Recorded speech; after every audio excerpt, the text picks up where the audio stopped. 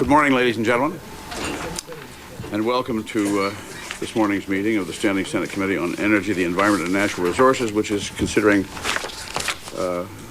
its recommendations with respect to Bill C-288, an act to ensure that Canada meets its global climate change obligations under the Kyoto Protocol. And appearing before us this morning is the author of the bill, Mr. Pablo Rodriguez, Member of Parliament for Longueuil-Messier and author of the bill. Good morning, Mr. Rodriguez. Following Mr. Rodriguez this morning, we will hear from the Minister of the Environment, the Honourable John Baird. And I now invite you, Mr. Rodriguez, to begin your presentation. And you have the floor, sir.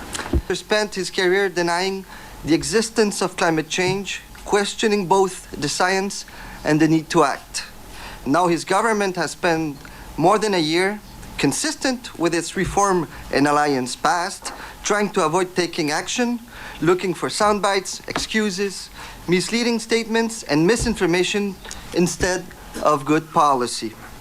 His presentation will be very predictable and will demonstrate the absolute lack of leadership of the Conservative administration. Today's show will be nothing but sound and fury, signifying nothing. He will mislead, misinform, and do everything he can but move forward with a real and credible plan to meet the challenge of climate change. He will make claims about the cost of meeting our Kyoto obligations. He will mislead you and say that C-288 is about making 1/3 reduction in greenhouse gases emissions in Canada in each of the next 5 years. He will mislead you and suggest that the Kyoto Protocol requires domestic reductions of 1/3 in each of the next 5 years. He will mislead you by relying on false assumptions that the reductions of emissions result only in economic costs and no related positive economic benefits. He will ignore the positive economic benefits from better energy efficiency, lower energy use, and jobs related to the development of emission reduction activities. You've been reading his mail? For him, none of these benefits are worth mentioning or taking into consideration.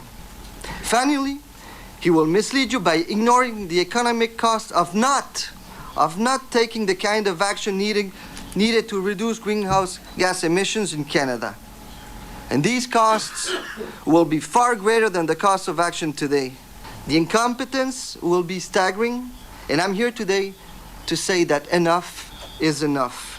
And I'm here today to say that Canadians deserve better. Today we're dealing with a bill which might as well be called the Baird Accountability Act, and I know that the Minister will fail us all. Appearing before us this morning is the Honourable Minister of the Environment, Mr. John Baird. Minister, thank you for being with us. The floor is yours. The House of Commons, as you know, passed the Liberal Environmental Bill, Bill C-288. This bill requires the government to, and I quote, ensure that Canada meets its global obligations under the Kyoto Protocol, unquote. In 1997, the Liberal government agreed to the Kyoto Protocol. In the following 9 years in government, the Liberal Party did absolutely nothing to reduce greenhouse gas emissions in Canada. In 1997, when the Liberal government signed on to the protocol, Canada was 22% above its target. But the good news was, we had 15 years to make it. But by the time Canadians chose change in 2006, Canada was now 35% above its target. We have some of our government's leading economists look at the bill. We went further and had their work reviewed and validated by some of Canada's best economists outside of government. The conclusions of our economists and outside of government experts are quite striking. They give you cause for sober second thought of this bill. Our economists found that C-288 requires asking every Canadian family, business, and industry to reduce their greenhouse gas emissions by 1/3 beginning in just 8 months. This includes cutting by 1/3 the emissions from the gas in all of our cars and the diesel in all of our work trucks. This means cutting by 1/3 the natural gas we use to heat our homes. This means cutting by 1/3 the electricity we use in all of our places of work. This means cutting by 1/3 the emissions from all of our factories and all of our industries. There is only one way to make this happen. The government would need to manufacture a recession. The government would need to introduce major punitive measures to get the deep cuts in emissions in the very short time frame required by Bill C-288. To be effective, these measures would have to impose costs on the entire economy, impacting not only large final emitters of greenhouse gases, but also individual businesses and everyday Canadians. Regulations to limit emissions would have to be so severe that plants would be forced to stop production and make dramatic cuts to their workforces just to meet the imposed targets and short time frames. Average natural gas prices would more than double beginning next year. Electricity prices would need to rise by more than 50% over the course of the next 5 years.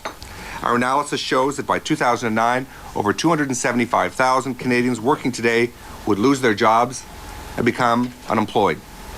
But higher unemployment rates and energy costs are not the only areas in which Canadians could feel the pinch if they are pushed down this path. The size of Canada's economy would decline by over 6.5% relative to current projections in 2008, falling to about 4.2% below the 2007 level. That implies a deep recession in 2008. It's easy to see how implementing such deep emission cuts beginning next January would have such a devastating effect on the Canadian economy. And it's easy to understand why such a plan wouldn't fly with Canadians. Clearly, we need to proceed with care, mindful that whatever course we follow must strike the right balance between economic prosperity and environmental protection. Please, however, don't take my criticism of Bill 288 as a condemnation of Kyoto. In fact, I want to be perfectly clear. Canada, under our government, remains committed to the principles and objectives of the United Nations Framework Convention on Climate Change and the Kyoto Protocol. We accept our international obligations and will make our best efforts. By doing nothing to reduce the harmful greenhouse gas emissions, the previous government focused far too much on the economy, and now, the bill before us, they focus entirely on the environment with no thought on the economic consequences. While industry pushes for minimal action and environmentalists push for perfection, the problem is getting worse. Does Bill C-288 create a direct financial obligation on the government if it's passed? If it does, how do we reconcile this? Because I was always under the impression that private members' bills could not be what is termed in Parliament as money bills. I think Bill C-288, the Liberal bill, is more about saving face than it is about saving our environment and saving the planet.